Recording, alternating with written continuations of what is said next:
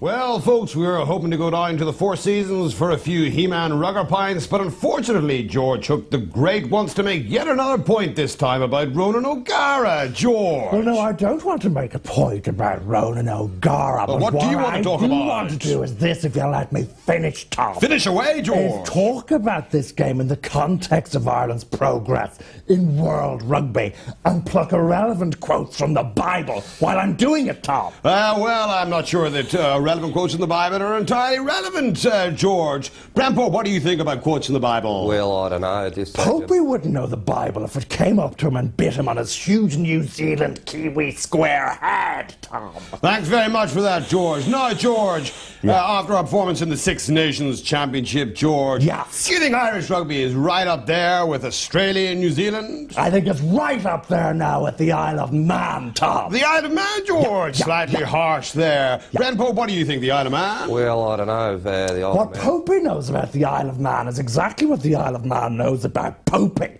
Nothing. Which is exactly what you know about rugby, George. Nothing! Okay. Aye! Yeah. Christ, you're ugly, but I love you. No!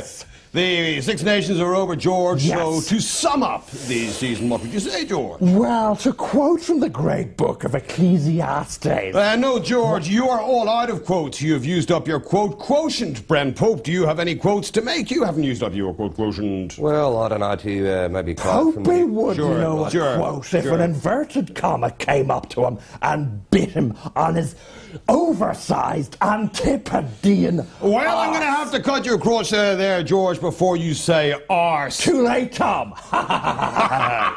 Indeed, too late. But to sum up, Tom, sum up. This Irish team was as predictable as your wallet in the Barclay Court. Is that right, George? Bar, Tom. Is that right? It didn't come out to play, Tom.